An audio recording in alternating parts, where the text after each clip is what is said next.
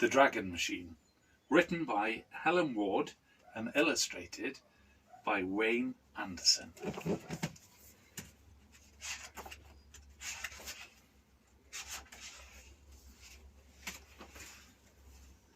George noticed his first dragon on a wet Thursday. The more he looked, the more dragons he saw. Unseen, ignored and overlooked, the dragons went unnoticed, just like George.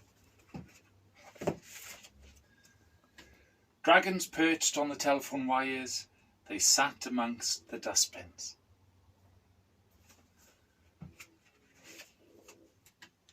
They chased butterflies through the tulips, they played havoc with a cat. They sank the water lilies in the pond. George fed them delicious stale biscuits and smelly cheese. And then the trouble began. The dragons followed George everywhere. George spent more and more of his time cleaning up muddy footprints, tidying untidiness and saying sorry for breaking things he had not broken. George's dragons were becoming too troublesome to stay unnoticed for much longer. Something had to be done. George went in search of some advice. The dragons followed George to the library. He consulted the Encyclopedia of Dragons. There were dire warnings. Never feed a dragon. Never let a dragon into your home too late. There were tragic tales of dragons discovered and captured. Too sad. And there was a map of the place where the dragons belonged. A great wilderness unnoticed and overlooked and safe. But George would have to show them the way. Here be dragons.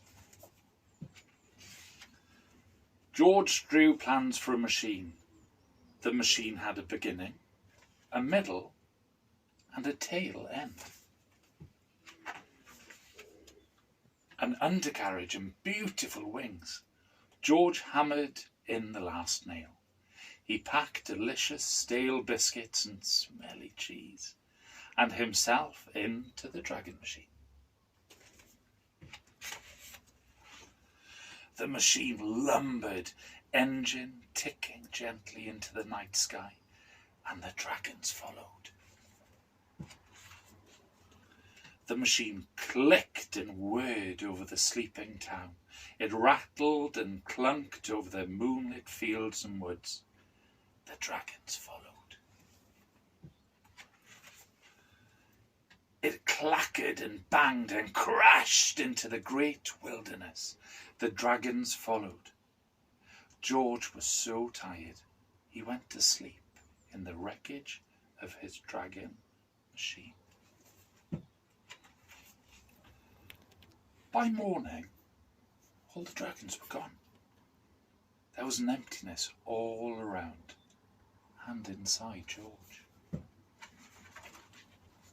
And an emptiness at home where George should have been. They searched the town, they searched the fields, they ventured into the great wilderness, looking for George, and found him among the broken pieces of his dragon machine. George and his dreams of dragons went home. Everyone was pleased to see George, and George was pleased to be back.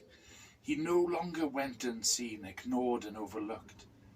They made him a huge cake to celebrate his return and gave him a dog as a present. Nobody else noticed that it wasn't a dog.